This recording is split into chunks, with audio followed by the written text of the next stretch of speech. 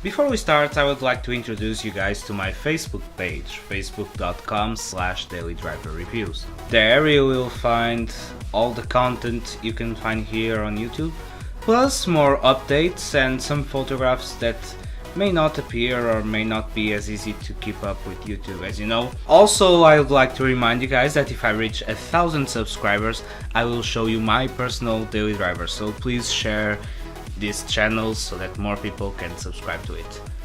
Thank you so much. Oh, it's a cute little Citroën, so cute.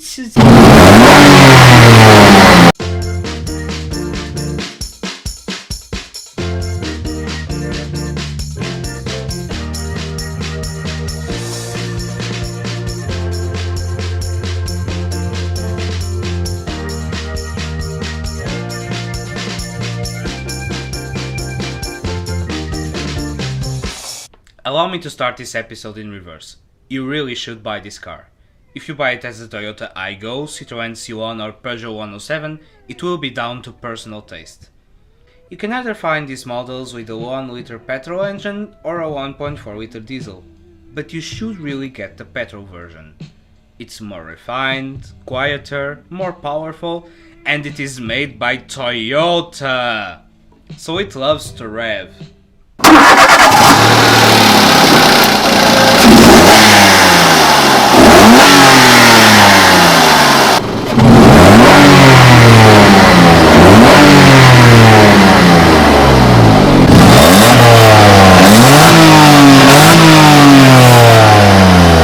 Besides, do you really need a diesel engine in a small car like this? I mean, really? Why would you? You know when someone tells you, they don't make cars like this anymore. Well, the C1 is probably the last car you can buy today that is light and simple, and that makes it fun. It's really a light car, and you feel that when you're driving. Even if you are carrying 3 people, like I am right now, it still feels agile, and this is what reminds me most, the car that reminds me most of the A86 we had last time. There is not much sound insulation, the dash and console are minimal, and you almost don't get door panels. Don't get me wrong, the C1 is by no means a perfect car, but if you enjoy the driving experience more than anything else, and you can only have a small economy car, this is a perfect choice. The steering, I don't know if it's hydraulic or electric, but it feels really direct. It feels heavier than it should. It almost doesn't feel like a power steering, but you really get the feel for the wheels, and those small tires, they are really narrow. The car lets go really easily, so the looks are very funky both inside and outside, and I do understand that they may not be for everyone's liking. But besides the aesthetic, there are neat design ideas. For instance, the rear window is also the door to the boot, and it is entirely made from glass, and that saves production costs and weight. Oh, and this particular C1 does have a homemade sound system with your grandpa's living room stereo speakers. So there you have it. The boot is small, but if you want to throw a wild rave party, there is enough room for some powerful sound. Speaking of sound, the engine sounds really, really good.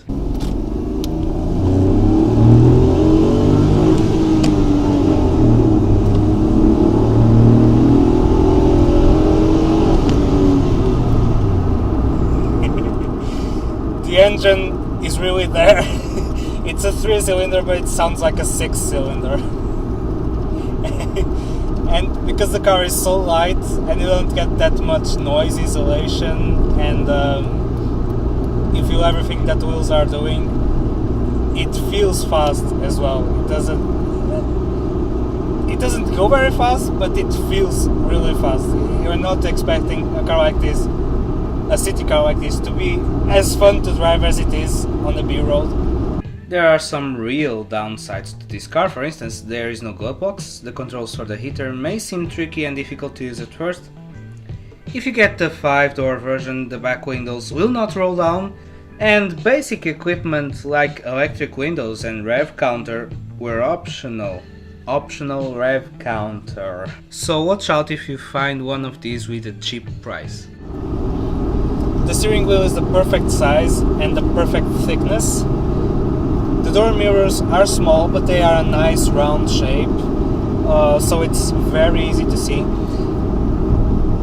Similar to the Corsa, you really have to stretch all the way to reach the windshield, and it can be a bit confusing when you're not used to this car because the dashboard is really high up. You can also find them with air conditioning, but I wouldn't recommend that since it can put too much stress on the engine. It's a 1-liter 3-cylinder, what else do you want from it? The chassis is really great. When you go around corners, you don't feel the stress at all. It doesn't rotate too much, it doesn't do much body roll. The suspension feels hard but not uncomfortable. To round it all up, the C1, Aygo and 107 are a great throwback to the time cars were really all about driving. And I would really like if there were more like this. Have a great 2016 everyone. Once again, thank you so much for watching. This little car was very surprising, the sound and the driving. You really don't expect that from a car like this. Don't forget to comment, leave a like and share this video.